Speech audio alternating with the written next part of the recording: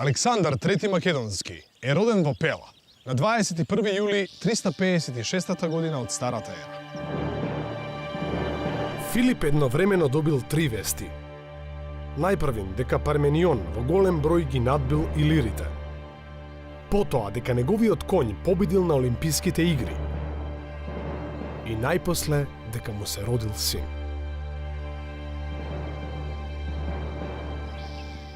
Ова него многу го израдувало. А неговата радост ја подхраниле и гатачите, кои рекле дека ова дете, родено на ден одбележан со 3 победи, никој нема да може да го надбие. Добро, може да почнеме со прва, така. Океј. Во 343 година од Старата ера, Филип II го повикал во Пела философот Аристотел од Стагира, чиј татко како дворски лекар бил во служба кај Аминта, за да го подучува и воспитува 13 годишниот Александар. Аристотел ја прифатил понудата и се до 340 година од Старата ера, во Нимфајонот близу Миедза, далеко од дворските интриги, го подучувал момчето на етика, философија и политика. Освен Александар, философот ги воспитувал и неговите врсници, кралските деца. Значи, прво ја работиме сцената со Филип и со Александар.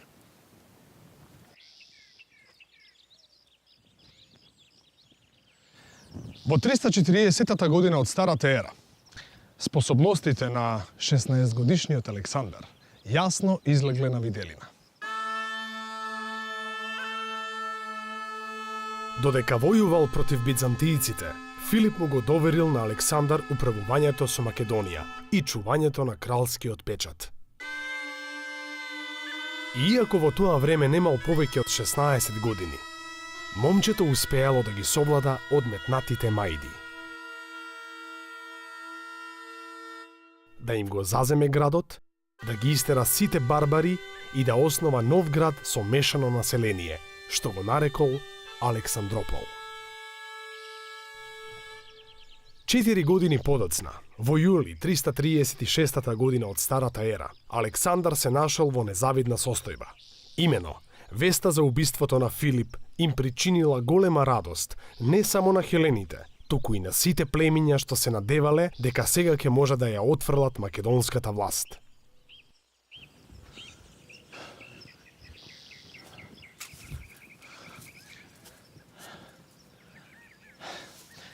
Токму поради тоа, времето од устоличувањето на македонскиот престол, па се до почетокот на големиот поход кон исток, Александар III Македонски го минал, средувајќи ги односите со покорените племиња и со соседите на Балканот. Првиот чекор го презел веќе есента 336 година од Старата ера, кога официјално го обновил заедничкиот мир, склучен претходната година меѓу Филип II и хелените. Хеленските представници без двоумење го признале Александар III за нов хегемон на договорот. Следната, 335 година, ја минал во војување. Тргнал во поход против тракијците на исток, против трибалите на север и североисток, како и против гетите северно од реката Истар, денешен Дунав. Со војската ненадејно се пробил се до реката, па во еден голем бој го совладал Сирмос, кралот на трибалите, и им ставил крај на барбарските придвижувања.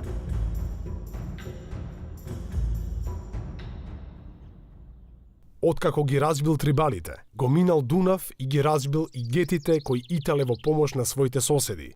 Со тоа Александар станал првиот војсководец од античката Европа, кој минал на другиот брег на реката Дунав.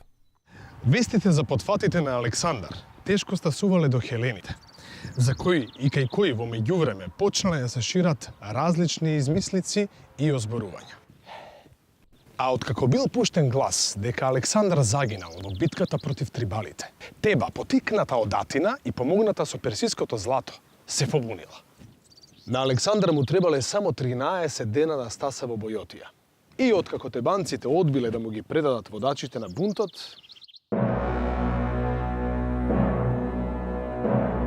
Александар го зазел градот, а решението за неговата судбина му го отстапил на Синедрионот, воспоставен со заеднички мир. Сосема вообичаено, хелените ни во овој случај не можеле да ги надминат старите кавги, па донеле страотна одлука. Теба да се разурне, а нејзините жители да се продадат во робство. По барање на Александар, единствено биле зачувани тебанските храмови, како и куќата на поетот Пиндар. Иако зад бунтот на Теба стоела Атина, сепак Александар со неа постапил многу благо. Зимата 335-та или 4-та година од Старата ера биле направени подготовките за походот на исток. Александар го почнал походот пролета 334 година, откако Парменион бил вратен од Мала Азија. Значи, вака, античките извори ни даваат податоци за ова. Значи, колкава војска му оставил на Антипатар во Македонија и колкава војска земал со него. Значи, половина од војската, тоа 12.000 пешаци, 1.500 коњаници хетајри, значи благородниците, ги оставил на Антипатар во Македонија, а половина од војската земал со него на поход. Освен тоа, значи, тој имало и одреди од покорените држави, значи имало тракици, илири, хелени, кои што исто дале голем дел на војска, отприлика околу 7.000 коплити, 8.000 стрелци и 5.000 платеници, значи. За се на се, оваа бројка, значи, се проценува дека Александар тргнал со отприлика 40.000 војници на поход. И главни и покрај оној голем дел на одреди од други држави, од покорените народи, сепак значи војската на Александар била претежно, значи главината составувале од македонски војници. Сега за хелените во војската, значи нивното учествување се толкува како доброволно, а додека војната се прикажува како заедничка, што е тоа малце грешка. Дека не е така, значи се гледа од фактот дека хелените во 4 големи битки против Персија не учествуваат и дека хеленските одреди се даени како заложници на македонскиот крал, за да се осигура како некоја гаранција за дека нема да прават проблеми на Балканот. А додека муабетот со тесалската коњаница, значи е многу друг, пошто они више се под протекторат на Македонија уште од времето на Архелај и они се принудени да даваат коњаница. Откако тргнал од Пела, минувајќи низ Амфипол, Абдера и Маронеја, Александар го минал и Хелеспонд кај градот Сестос. Кај Абидос, со фрлање копија од коработ, Александар и символично го означил почетокот на походот. По овие обреди, заедно со своите војсководци, пристигнал во Троја. Таму принел жртви во храмот на Атена и го заменил своето оружје со штитот што, според легендата, му припаѓал на јунакот Ахилеј, а на неговиот гроб положил венец и приредил игри во негова чест. Во текот на првата фаза од походот, Александар го освоил западното крајбрежје на Мала Азија, Ликија, Киликија и Памфилија се до Киликиските планини, односно цела предна Азија.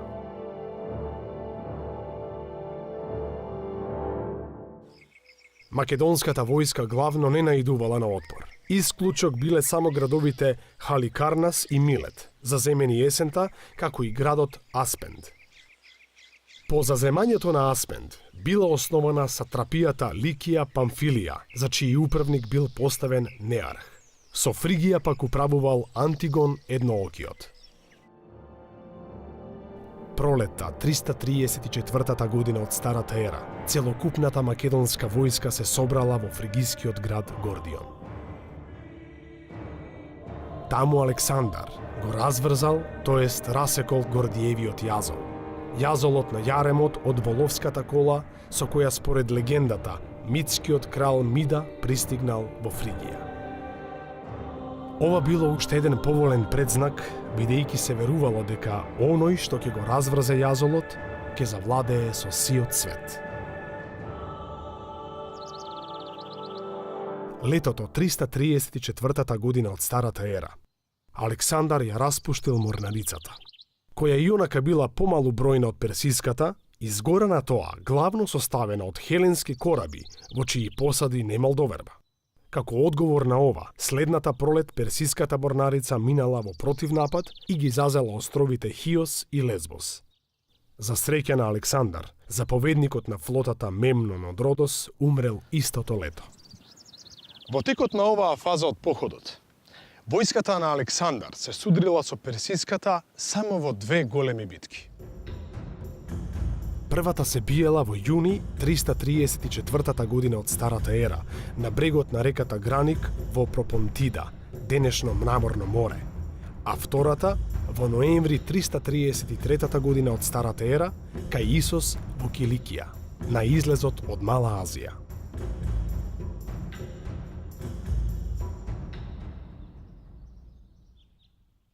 И во двете битки македонците извојувале блескави победи.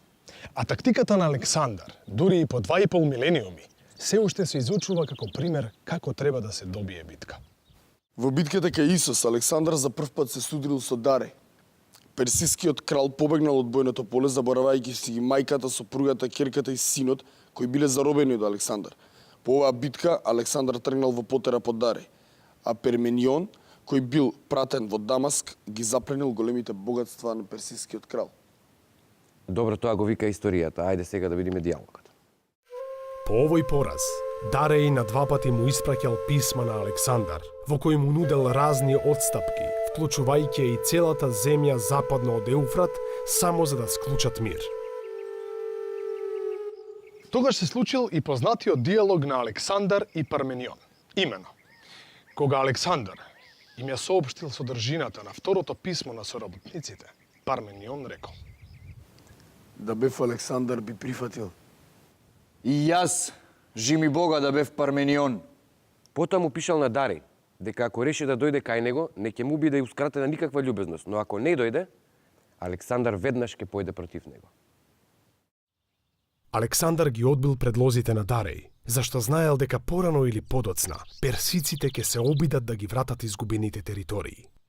Сепак, главна причина за одбивање на предлозите било тоа што се уште не било решено главното прашање поради кое започнала војната – хегемонијата во источното Средоземје. Во втората фаза од походот, македонската војска действувала по сиропалестинското крајбрежје и еден по еден ги заземала градовите без отпор. Единствено Тир пружил отпор. Александар го обсадувал цели 7 месеци, од крајот на 333 година од Старата ера до август 332 година. Потоа 2 месеци ја обсадувал и Гадза, која по заземањето била претворена во македонска тврдина. Веднаш потоа, и кипарските кралеви поитале да му го предадат островот. Бидејќи нивните флоти преминале на страната на Александар, конечно била исклучена можноста македонската војска да биде блокирана од море.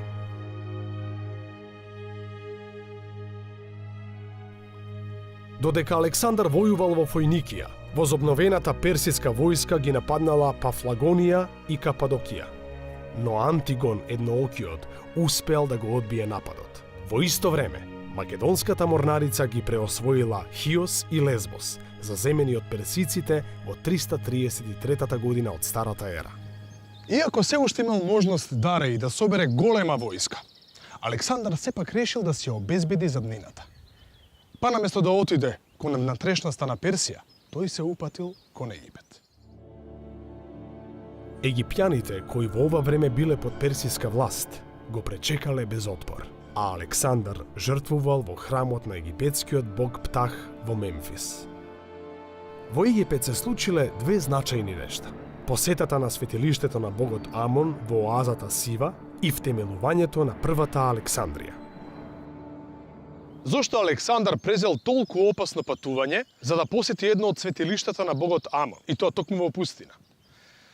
Наспроти бројните романтични толкувања, причината е многу поприземна и едноставна. Постигнување договор со египетското свештенство. Имено добро е позната улогата на свештенството во египетската теократска монархија. Освен религиски, свештениците имале и разни административни задолженија, а на моменти нивната моќ била толку голема што фараоните се обидувале да ја отфрлат.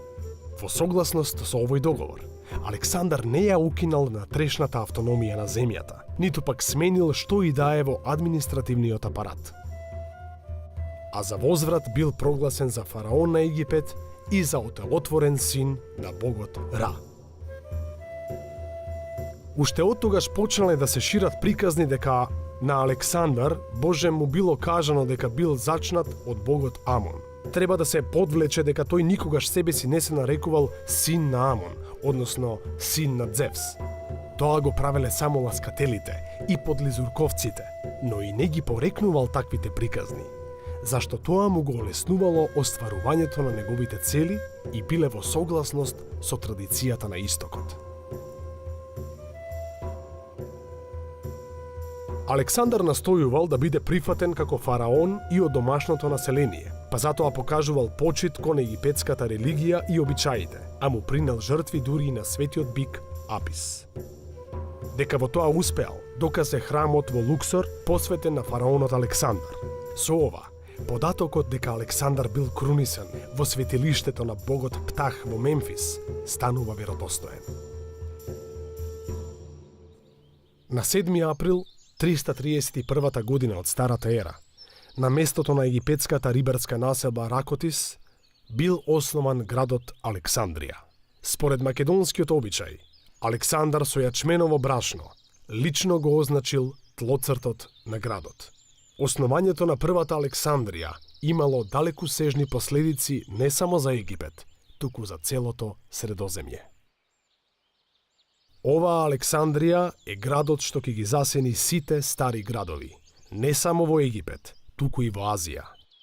Таа набргу ги надминала сите други градови и станала главен трговски и особено културен центар во античкиот свет.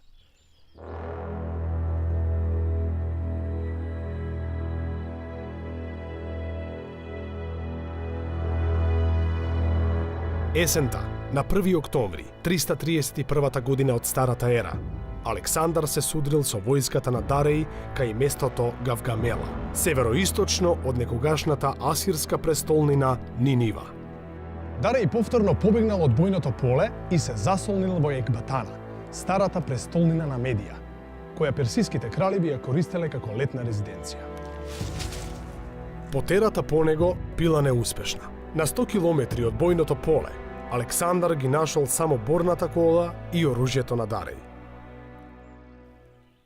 Во меѓувреме, радосни вести пристигнале и од Европа. Спартанскиот Басилеј Агис III, кој заедно со сојузниците дигнал бунт на Пелопонес, бил поразен и загинал во битката против Антипатар кај Мегалопол. По задушувањето на оваа побуна на хелените, која била и единствена до крајот на неговото владење, Александар си обезбедил сигурна заднина и продолжил кон исток. Ги отпуштил сите хеленски одреди и на тој начин завршило залажувањето дека се води некоја си ослободителна и одмазничка хеленска војна. Сексуални односи помеѓу исти пол во античка Македонија немало. Се спомнува во неколку извори, но тие извори не се аргументирани и не се потврдени. Ваквиот обичај помеѓу сексуални односи помеѓу исти пол има кај хелените. Најраспространет начин на сексуални односи помеѓу исти пол кај античките хелени е педерастијата. Тоа е кога возрасен човек ќе биде со младо момче, адолесцент, и ќе го образува и ќе го едуцира во хеленски начин на живот. Корените на педерастијата во античка Грција произлегуваат од племенското минато, каде што тие племенски мината се организирани во според старосна група. Кога ќе дојде време, момчето да премине во другата фаза, тоа значи да стане маж, тој ја напушта племенската организација, оди во друштво со постар човек кој ќе го едуцира по хеленски начин на живот. Старосната група била од 12 години, било забрането да се сака дете под 12 години, но во изворите нема некои си норми или казни за практикувањето на ваквата пракса. Хелените се првите кои што зборуваат за педерастијата како социјална и образовна институција. Научниците потврдуваат дека педерастијата или хомосексуалноста се застапени само кај аристократијата и не се обичниот демос или обичниот граѓанин не ги практикува.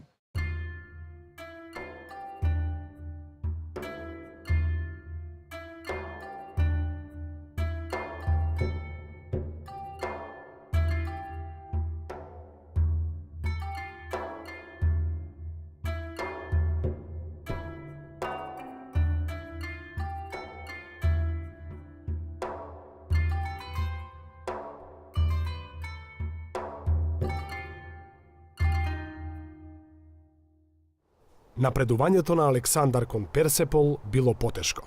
Преминот меѓу Персија и Сусијана, така наречената Персиска врата, бил бранет од војсководецот Ариобарdzan со остатокот на војската од бојот кај Гавгамела. Пред самиот премин имало и една клисура која ја држело воинственото племе Укси. Сепак, во јануари 330 година од Старата ера, Александар влегува во Персепол, символот и престолнината на персиската власт, каде што запленил огромно кралско богатство. Во април 330 година од Старата ера бил запален кралскиот дворец во Персепол, случка што се толкува различно. Според некои антички автори, чинот бил направен во афект, под влијание на атинската хетера Таида. Според други, ова било сторено како одмазда за персиските злодела во Хелада. Ако се земе предвид дека на одлуките и на постапките на Александар не можеле да влијат ниту најблиските соработници, та дури ни Парменион, јасно е дека приказната за чин направен во афект е сосема неверојатна. Верзијата пак, дека станувало збор за одмазда за персиските злодела во Хелада, е македонска пропаганда. Всушност, станувало збор за свесен чин, со кој Александар сакал да го скрши тврдиот политички отпор на персиските благородници, кои дотогаш не му се приклучиле.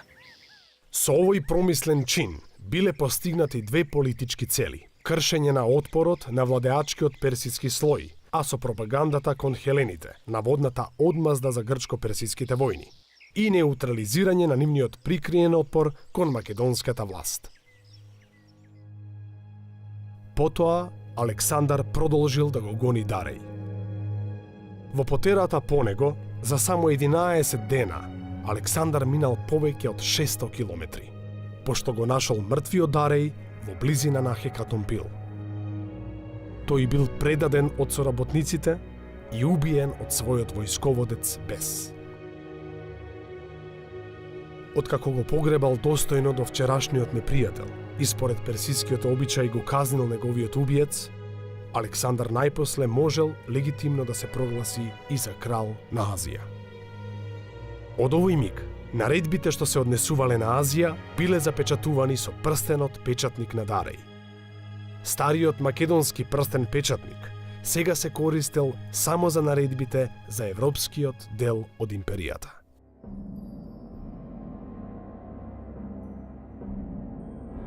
Од летото 330-та се до пролетта 327-та година од Старата ера, Александар војувал во источно-иранските сатрапии Аријана, Дрангијана, Согдијана, Арахосија и Бактрија. Станува збор за најтешката фаза од походот, зашто овие подрачја не биле урбанизирани и имале сурова клима. Згора на се, персиците се уште давале отпор. Тие најпрвин биле водени од Бес, а потоа од Спитамен, кој најпосле бил убиен од саките и масагетите. За да ја осигура својата власт, но и за да има контрола над важните патишта, Александар формирал и основал бројни воени колонии каде што ги населувал хеленските платеници. Но тој исто така основал и големи градови, како што биле 4 Александрии. Во текот на овие тешки години се случиле неколку немили настани. Најпрвин, есента 330-та година од Старата ера, заговорот во Фрада, можеби во корист на Александар од Лингестида. Наводно, со целата работа бил запознаен Филота, кој сепак не преземал ништо, та затоа бил осуден од македонското собрание и убиен како и Александар од Лингестида. Има мислење дека Филота бил обвинет за заговор со цел да се отстрани, зашто бил гласноговорник на патријахалните македонски благородници, кои не ја разбирале политиката на Александар и се противеле не само на воведувањето на персиски обичаи, туку уште повеќе на изедначувањето на македонците со барбарите. Откако бил убиен Филота, државничките околности налагале да биде отстранет и неговиот татко, стариот и почитуваниот Парменион. Ова било единствено убиство од политички причини за време на целото владење на Александар. Од трите сина што ги имал Парменион, доживеал да ја види смртта на двајца, а бил убиен заедно со третиот.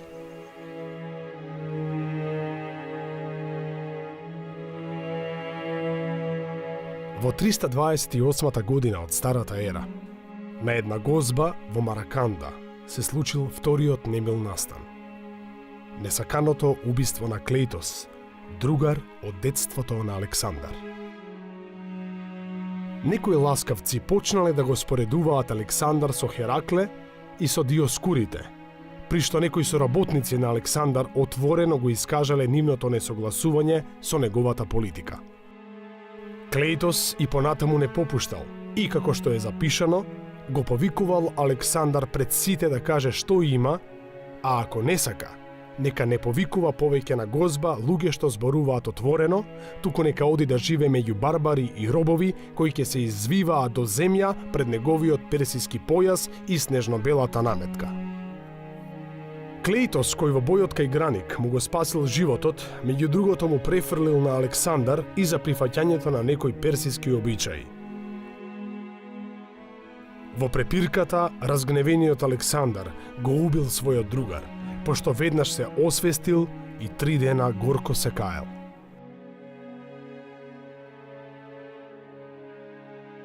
Пролетта 327-та од Старата ера, по освојувањето на една тешко достапна карпа, Александар ги заробил жените и ќерките на Оксијард, великодостојник од Согдијана. Едната од нив, Роксана, подоцна Александар ќе ја земе за жена, што исто така не било одобрено од патриархалните македонци.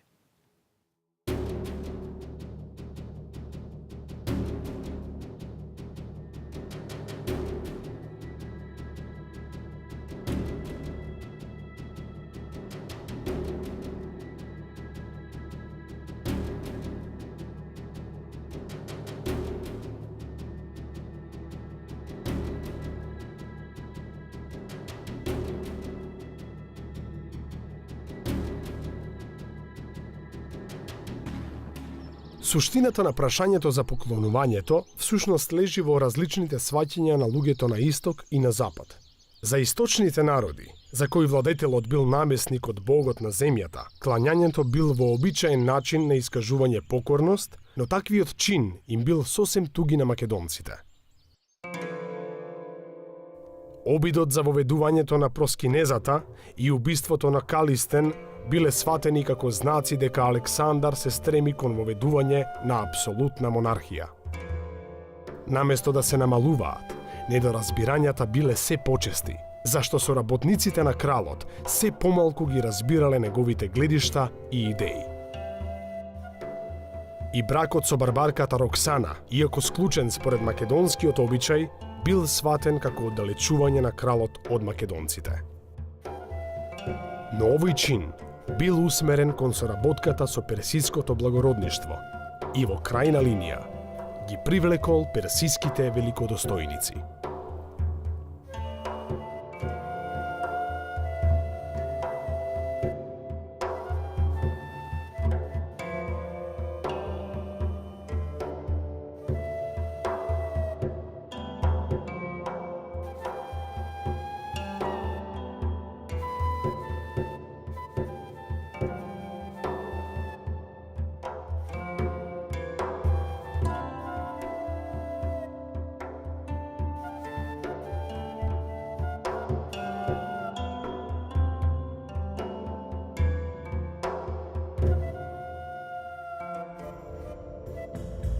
Александар ја минал реката Инд кај местото Аток во 326 година од Старата ера, а Декапор ги распоредил своите слонови на брегот и будно внимавал на преминот.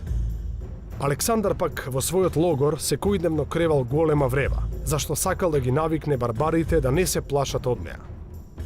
Најпосле, во една немирна ноќ без месечина, Александар зел со себе дел од пешадијата, ги повикал најдобрите коњаници и откако пошол низводно и се оддалечил од непријателите, се префрлил на едно мало островче.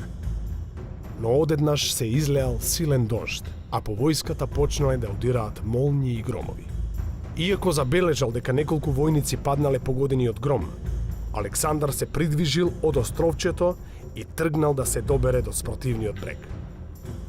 Откако вака се префрлиле, Александар ги зел коњаниците и пошол 20 стадии пред пешаците. Всушност, тој проценил дека ако непријателите удрат со коњаница, ќе биде далеку понадмоќен, а ако ја придвижат фалангата, македонските пешаци ќе стасаат во вистински час. Последната, четврта голема битка, со војски свртени лице со лице. Најтешка и најдолга од сите до тогаш се случила кај Хидасп во јули 326 година од Старата ера. Не нападнаа 1000 непријателски конјаници и 60 борни коли. Но јас не само што ги одбив, туку исеков 400 луѓе и ги пленив сите колесници до една. И Пор најпосле свати дека реката ја мина лично Александар, па се упатил кон мене со сета своја војска.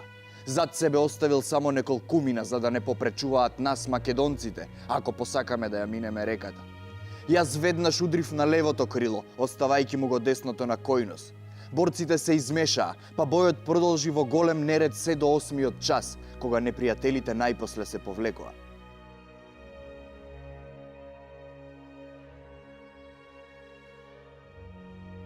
Како сакаш да се однесувам кон тебе? Кралски. И навистина, Александар не само што го оставил како сатрап во неговото предишно кралство, туку му ги придодал и областите што ги покорил непосредно пред тоа, а во кои велат имало 15 племиња, 5000 поголеми градови и безброј села. А во соседната област, 3 пати поголема од оваа, за сатрап го поставил Филип, еден од неговите хетаири.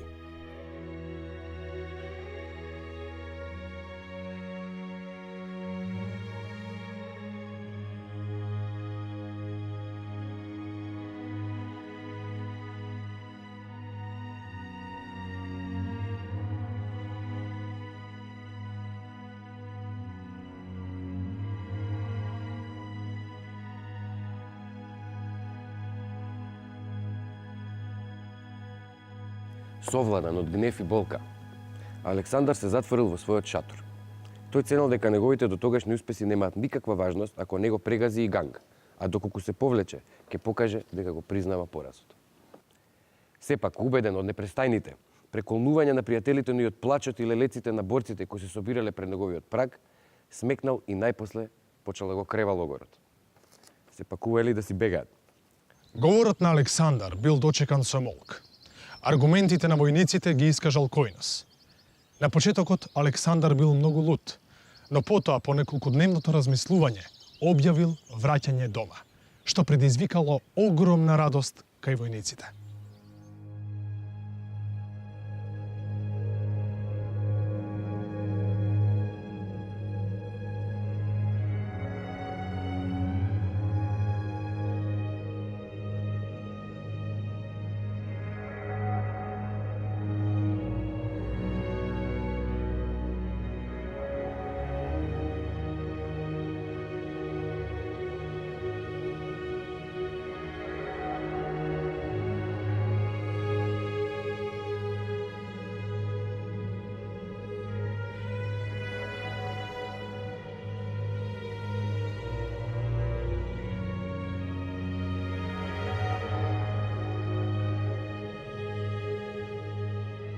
Точно е дека македонците за време на походот на Александар за воспоставување на хегемонија на источното Средоземје биле во конфликт.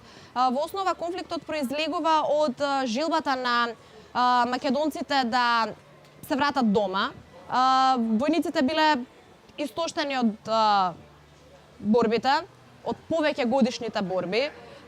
Носталгијата, ги влечела кон дома, но исто така низ целиот период на походот на Александар кон исток се забележува дека всушност македонците не ги разбирале стремежите, не го разбирале оној космополитски дух за Александар, кој не бил неразбирлив само за македонските војници, туку воопшто за целиот антички свет, бидејќи како човек со космополитски дух Александар е првиот во тој антички свет.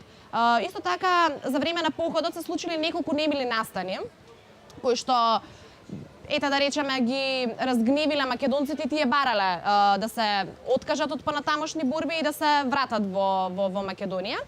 Исто така му замерувале на Александар и поради настојувањата на Александар во ново освоените територии да ја задржи општествено-политичката структура која што ја затекнал.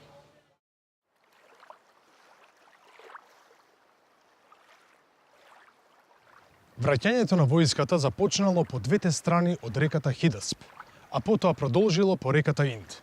Тоа траело од ноември 326 година до јули 325 година од Старата ера. Патем, македонската војска војувала и сомалијците, а во борбите за нивниот главен град Александар за малку ќе загинал. Имено, Александар меѓу првите ги искачил зидините, но наскоро се нашол обкружен од бројни непријатели, па откако добил повеќе удари, почнал да губи свест. Сепак, животот му бил спасен, благодарение на пожртвуваноста на Павкеста и Лимнај, кој го бранеле ранетиот крал, додека пристигнал останатиот дел од војската. Во јануари 325 година од Старата ера, почнало слегување на војската по течението на реката Инд се до Индискиот океан. По пристигнувањето на речната делта кај местото Патала, Александар започнал да гради пристаниште, како и кораби за враќање. На сливот, пак на реката Акесина, изградил уште една Александрија, која требало да биде трговска база. Александар ја поделил војската на три дела. Флотата под заповедништво на Неарх тргнала доцна есента кога монсунските ветрови дуваат од исток кон запад.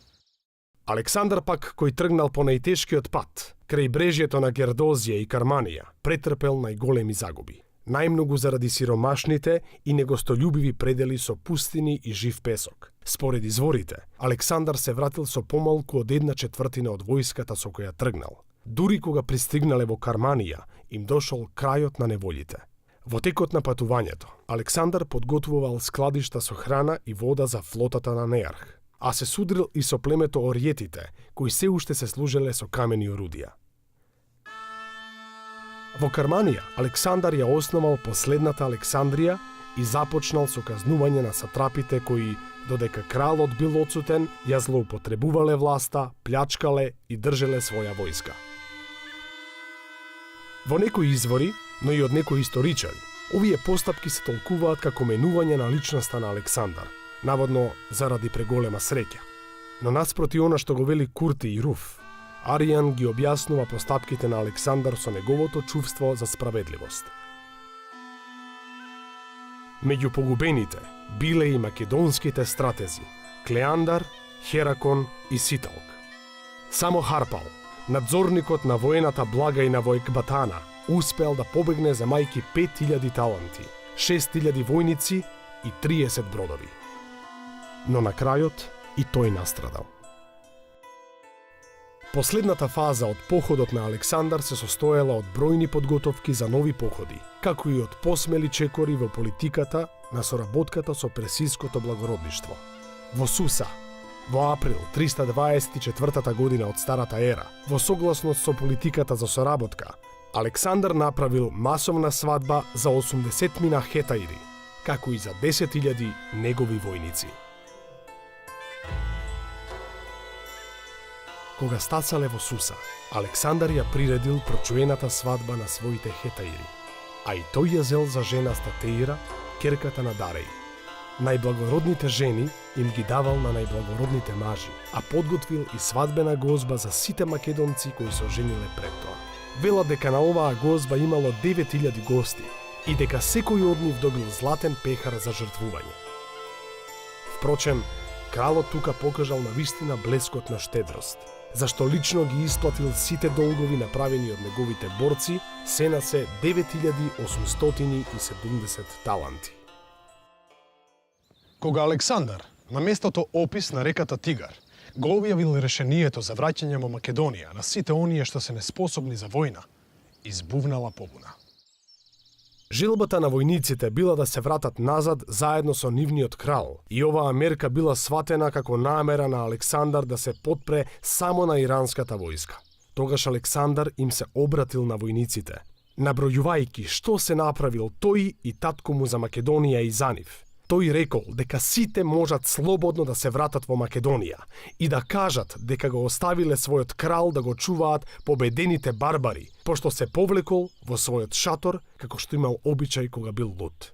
По 3 дена размислување и исчекување, Александар почел да строи војска на македонски начин, но составена од иранци. Обичните војници ги нарекувал педзетарија, на угледните им ја дал почестната титула роднини. и ги вклучува во кралската гарда. Ова ги принудило македонските војници да побараат прошка. Откако војниците се смириле со Александар, тој приредил гозба за 9000 гости. До него седеле македонците, а до нив пак иранците. Сите учесници принеле жртва лејанка, а Александар се помолил за слога и соработка меѓу македонците и иранците, особено за управување со државата. Овој податок често погрешно се толкувал. И како пример за тоа, се земало дека Александар сакал да ги издигне иранците на ниво на господари. Тој никогаш не ги делел луѓето според етничка припадност. Напротив, тој ги делел и ги одбирал луѓето според задачата која сакал да ја извршат. Точно е дека во управата имало најмногу персици, но тоа се должело на фактот што персиците имале најголемо искуство и најразвиена државна управа, а биле и поборбени од семитските народи. Со нивното вклучување во администрацијата, Александар ја исклучил можноста за побуна против македонската власт.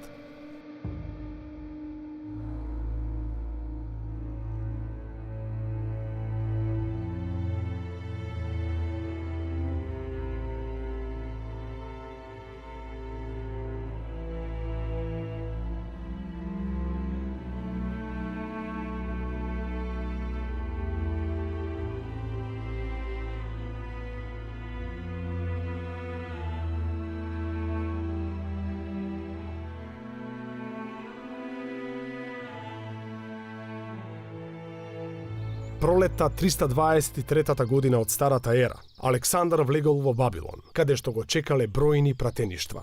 Во некои извори се споменуваат дури и пратеништвата од келтите и римјаните, но второво не е веројатно. Во изворите има податоци за многу планови на Александар, но јасно е дека дел од нив се сосем неверојатни и анахрони. Сигурно е само едно, дека во Фојникија градел кораби, а во Бабилон ги чистел каналите, што требало да примат 1000 пловила за идниот поход во Арабија. Во екот на овие подготовки Александар се разболел. Починал на 10 или 11 јуни 323 година од Старата ера, оставајќи ја целосно преосвоената држава на Дареј I. Во дворскиот дневник, неговата болест била опишана вака. На 18 дајси спиел во бањата, зашто го обзела треска. Утредента, најпрвин се задржал во бањата, а потоа се префрлил во својата одаја и го минал денот коцкајки се со медии. Доцна во ноќта повторно се капел, им принел жртви на боговите и нешто подкаснал. Но цела ноќ бил жежок. На 20, откако принел во обичаена жртва, лежејќи во бањата го слушал Неарх и неговото кажување за пловидбата и големото море. 21-иот ден минал како и предходниот, но кралот бил уште пожежок. През ноќта му се слошило, а утредента имал силна треска. Му го преместиле леглото, па додека лежал крај големиот рибник, разговарал со војсководците за тоа дека испразнетите заповеднички места треба да се пополнат со искусните луѓе. На 24 повторно имал силна треска, но сепак заповедал да го кренат за да присуствува на жртвувањето. На највисоките војсководци наложил да останат во предворието, а на другите заповедници и на петстотниците да ја минат ноќта надвор. На 25 го префрлиле во дворецот на другиот брег, каде малку поспал. Сепак треската не го оставила. Војсководците дошле кај него, но тој веќе не можел да зборува. Истото се случило и утредента.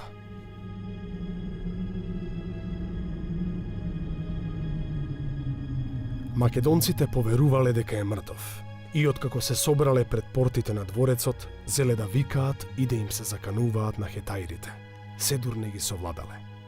Најпосле, откако им ги отвориле портите, еден по еден во проста облека, минале крај постелата на болниот.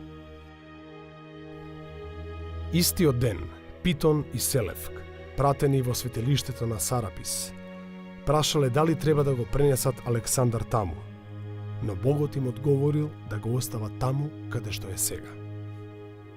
На 28 дајси, некаде кон квечерина, Александар испуштил душа. Симптомите на болеста укажуваат дека Александар најверојатно починал од малариска грозница или пак од воспаление на билите дробови.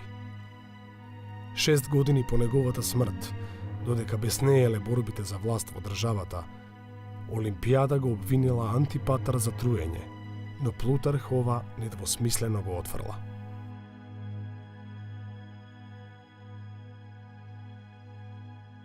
По смртта на Александар III, во неговото кралство почнале внатрешни борби за тоа кој да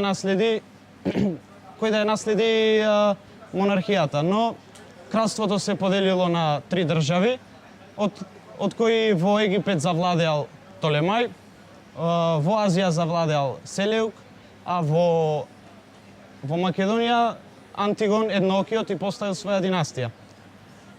Неговата мајка Олимпијада го ликвидирала еден од престолонаследниците, полубратот на Александар, Филип III Аридај, и неговата жена Еуридике.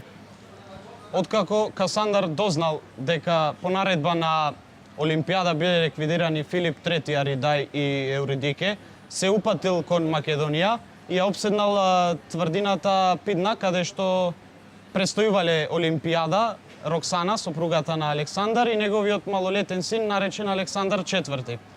Тој ја освоил тврдината. Олимпијада била осудена и ликвидирана во 316 година пред нашата ера. Бидејќи имал страф да ги ликвидира Роксана и неговиот малолетен син Александар IV, ги затворил во затворот во Амфипол и успеал да ги ликвидира дури во 310 година, со тоа изгаснува династијата Аргеади.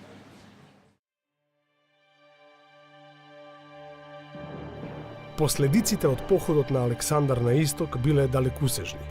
На прво место, Александар го направил достапен за колонизација целиот Среден Исток, кој набргу бил преплавен од македонци и од хелени.